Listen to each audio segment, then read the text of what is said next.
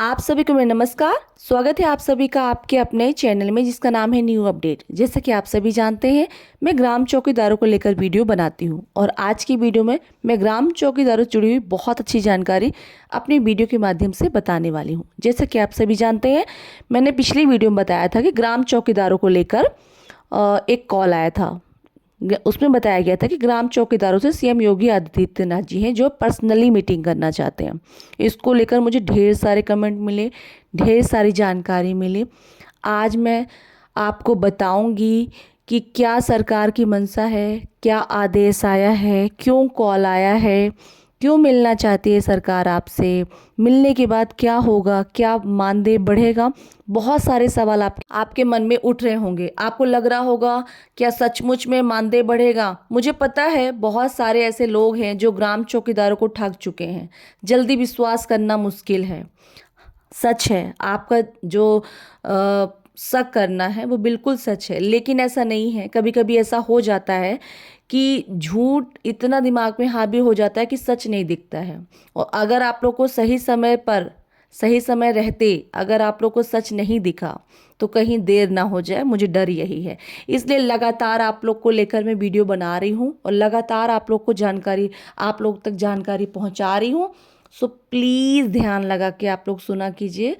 हाँ, अगर आप लोग को कहीं लगता है, कोई डाउट है, तो आज की वीडियो में आपको बता दूं कि बहुत जल्द आप लोग मुझसे बात कर सकेंगे, कॉल कर सकेंगे। मैं बहुत जल्द अपना नंबर प्रोवाइड करा दूंगी आप लोग को। सटीक जानकारी दे पाऊंगी, सही जानकारी दे पाऊंगी, सही जानकारी बता पाऊंगी, है ना। हमारा उद्देश्य है उन कर्मचारियों की मदद करना जो कहीं ना कहीं सरकार की नज़रों से ओझल हो गए हैं। आपको मैं बता दूं, लगातार आप लोग की आवाज़ उठाते उठाते सरकार के कानों तक जा पहुंची है। हमारा संगठन ग्राम चौकीदारों का बन चुका है। जब संगठन बन जाता है तब सरकार जुड़ती है, क्योंकि बिखरे हुए लोगों को कोई समेट सकता है तो वो संगठन का काम होता है। और अगर आप लोग संगठन से जुड़कर कार्य करेंगे तो मैं यकीन से कह सकती हूँ कि आप लोग का कार्य होगा। देखिए, अनु भैया पढ़े लिखे इंसान हैं, देश दुनिया घूमे हुए हैं। उन्हें बात करने का सेंस है कि कैसे वो बात कर सकते हैं। देखिए, मैं कोई तारीफ नहीं कर रही हूँ, मैं प्रैक्टिकली मेरी एक प्रॉब्लम आ गई थी और भैया ने उसे सॉल्व कर दिया था। ऐसे बहुत सारे मैंने देखे हैं ग्राम चौकीदारों को लेकर, ऐसी बहुत सारी समस्या। देखिए, मैं जो देखती हूँ वही बोल रही हूँ। मैंने कई बार ऐसा देखा है कि थाने पर जाकर और ग्राम चौकीदारों की कई बार मदद किए हैं। अभी आप देख सकते हैं एक ग्राम चौकीदार भैया हैं, उनको निकाला जा रहा है तो उनकी मदद कर रहे हैं और लगातार सीएम को भी मेल कर रहे हैं, लगातार वहाँ पे भी बात कर रहे हैं। लेकिन इस पर मैं आप लोग को एक चीज़ कहना चाहूँगी कि प्लीज़ आप लोग ऐसा मत किया कीजिए। अपने शौक को, अपने खाने पीने की चीज़ों को लिमिटेड रखिए, अति मत करिए। आप किसी से अगर पैसे लेकर ड्रिंक करके और तमाशा करेंगे तो कोई भी अधिकारी होगा, कोई भी सज्जन व्यक्ति होगा, वो आपको प्रताड़ित करेगा ही। तो गलती मत कीजिए, किसी को कहने का मौका मत दीजिए, है ना। चलिए फिलहाल तो शुरू करते हैं आज का वीडियो। शुरुआत करते हैं सीएम योगी आदित्यनाथ जी के आदेश को लेकर। इस आदेश को मैं आपको अच्छे से समझाकर प्रैक्टिकली रूप से बताने वाली हूँ। यहाँ पर सीएम योगी आदित्यनाथ जी ने एक आदेश जारी किया है। यहाँ पर आप देख सकते हैं, लिखा हुआ है, ग्रामीण क्षेत्रों में सुरक्षा तंत्र को और सुदृढ़ करने हेतु ग्राम पंचायत स्तर पर तैनात चौकीदारों को पुलिस बीट व्यवस्था से जोड़ा जाएगा। ग्राम चौकीदार स्थानीय सामाजिक संरचना से परिचित होते हैं। उनकी सक्रिय भागीदारी से अपराध की रोकथाम, समय पर सूचना संकलन और तुरंत कार्रवाई सुनिश्चित होगी। ये सीएम योगी आदित्यनाथ जी ने पुलिस मंथन के 2 दिवसीय कार्यक्रम के दौरान आदेश जारी किया। इसमें साफ साफ लिखा है कि अब जो ग्राम चौकीदार है ग्राम पंचायत स्तर पर तैनात होंगे, है ना। यहाँ पे लिखा हुआ है साफ साफ, आप देख सकते हैं कि सुदृढ़ करने हेतु ग्राम पंचायत स्तर पर तैनात चौकीदारों को, मतलब कि गांव गांव की बात नहीं हो रही है अब। तो यहाँ पे साफ साफ सरकार ने हिंट दिया है छटनी की बात, जो कि मैंने कई बार वीडियो में आप लोग को बताया है ना। अब आप लोग कहेंगे अरे ऐसा हो ही नहीं सकता है। तो मैं आपको बता दूं कि इसके पहले मैंने बताया है कि सबसे पहले तो सरकार आप लोग को अपने कर्मचारी नहीं मानती, ये वीडियो पहले बना चुकी हूं मैं, है ना। दूसरी बात, अभी कुछ दिन पहले 102 कर्मचारियों को बिना नोटिस के हटा दिया गया था। वहाँ के अधिकारियों से जब बोला गया कि भाई ये तो नियम के विरुद्ध है, तो बोले हम नहीं मानते हैं नियम को, है ना। तो मैं आपको बता दूं कि जब हम कोई जानकारी देते हैं ना, तो प्लीज़ सुन लिया कीजिए। ज़रूरी नहीं कि हर बात आपको हम फेक ही बता रहे हों। तो इस पर ध्यान देने वाली, बहुत ध्यान से सुनने वाली बात है ये। क्योंकि आप लोग अगर इसी गलतफहमी में रहे कि अरे नहीं नहीं कुछ नहीं होगा, हम तो अच्छा काम कर रहे हैं, आपके अच्छा काम करने को दिखना भी तो चाहिए ना सरकार को। तो आप अच्छा काम कर रहे हैं ये कैसे पता चलेगा सरकार को? ये पंचायत स्तर पर रहकर आपको काम करना पड़ेगा। इसका मतलब हमारे उत्तर प्रदेश में 58 पंचायत हैं, 58,000 पंचायत है, और सिर्फ 58,000 ग्राम चौकीदार ही बचने वाले हैं आने वाले समय में, है ना। ये मैं आपको बता रही हूँ। आपको पता है मैंने पिछली वीडियो में बताया था कि बहुत सारे ग्राम चौकीदार जो है वो सीएम योगी आदित्यनाथ जी के साथ बात करने वाले हैं। इस पर मुझे बहुत सारे कमेंट आए थे। इस पर एक कमेंट ये था कि आप थाने पे जाके बता दीजिए, तो वहाँ के ऑफिसर हम लोग को जो है, थाने के जो अधिकारी वो हम लोग को भेज देंगे। तो मैं आपको एक चीज़ बता दूँ कि ऐसा नहीं होता है। जब तक आप लोग सुनिश्चित नहीं करेंगे, मानदेय आप लोग का बढ़ना है। सबको पता है कि जिस दिन ग्राम चौकीदारों को मानदेय 30,000 हो जाएगा तो ग्राम चौकीदारों की वैल्यू भी बढ़ेगी, उस दिन कार्य भी बढ़ेगा, सम्मान भी बढ़ेगा, है ना। तो इसके लिए पहले आप लोग को तैयार होना पड़ेगा। 30,000 देने से पहले सरकार आप लोग को देखेगी 30,000 के लायक हैं कि नहीं। पंचायत स्तर पर काम कराने का मतलब है कि 5 गांव को एक साथ देखना। मतलब समझ रहे हैं कितने लोगों की सुरक्षा आपके ऊपर आने वाली है। अभी आप एक गांव को संभाल रहे थे, अब आप 5 गांव को अकेले संभालेंगे, है ना। दूसरी बात, पंचायत स्तर पर कार्य करेंगे, बहुत सारी फाइलें, बहुत सारी जानकारी होनी बहुत ज़रूरी है। फाइल लाना है, कोई कागज़ बनाना है, लिखा पढ़ी का काम हो सकता है। भाई हम मान लीजिए कोई पूछ लिया वो वाली फाइल लेकर आओ, अब जब पढ़े ही नहीं है तो कहाँ से लेकर आएंगे।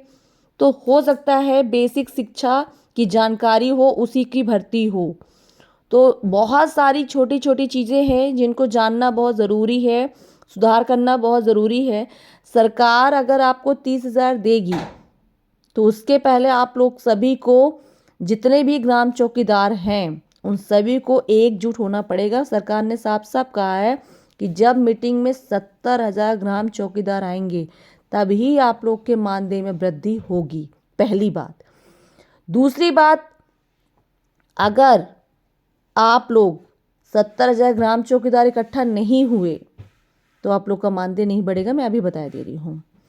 उस मीटिंग में सिर्फ ग्राम चौकीदारों को लेकर बात होगी, और इसको लेकर आप लोग को आपस में अभी ही आप मतलब एक रहता ना कि घर में प्लान करनी, जब गेस्ट आने वाले हो, कोई कार्यक्रम होने वाला हो तो पहले प्लान करते हैं। तो वही चीज़ मैं आप लोग को बोल रही हूँ कि भाई आपस में आप लोग बात कर लीजिए कि अगर ऐसा मौका आ जाता है, अभी आप लोग सोच रहे हैं कि नहीं पता नहीं होता है कि नहीं होता है ना। तो मान लीजिए ऐसा मौका आ जाता है कि सीएम आपको बुला ले मीटिंग में, हमको तो पता ही नहीं है, ऐसा बहाना बनाएंगे तो कैसे काम चलेगा।